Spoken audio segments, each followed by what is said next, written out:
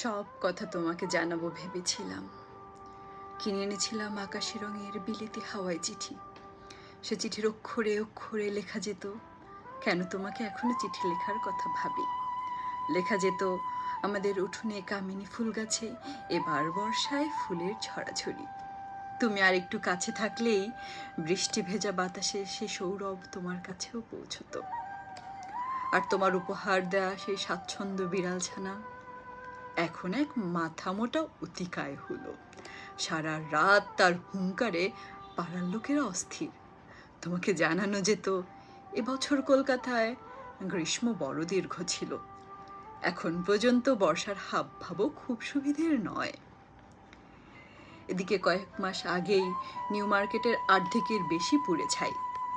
আর 2 নম্বরই হাওড়া ব্রিজ শেষ হওয়ার আগেই সেখানে 2 নম্বরই জিনিসপত্রের মতো ঝুরঝুর করে ভেঙে পড়েছে।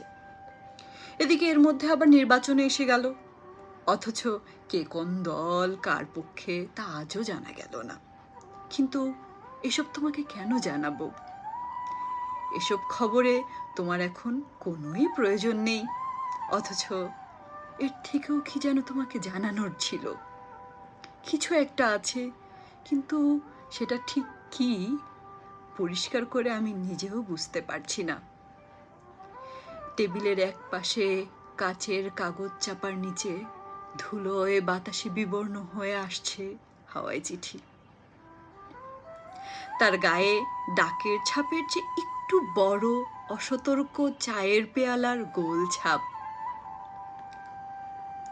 পাখার হাওয়ায় সারাদিন সারা রাত ফরফর করে ডানা ঝাপটায় সেই ঠিকানাবিহীন রঙিন ফাঁকা চিঠি।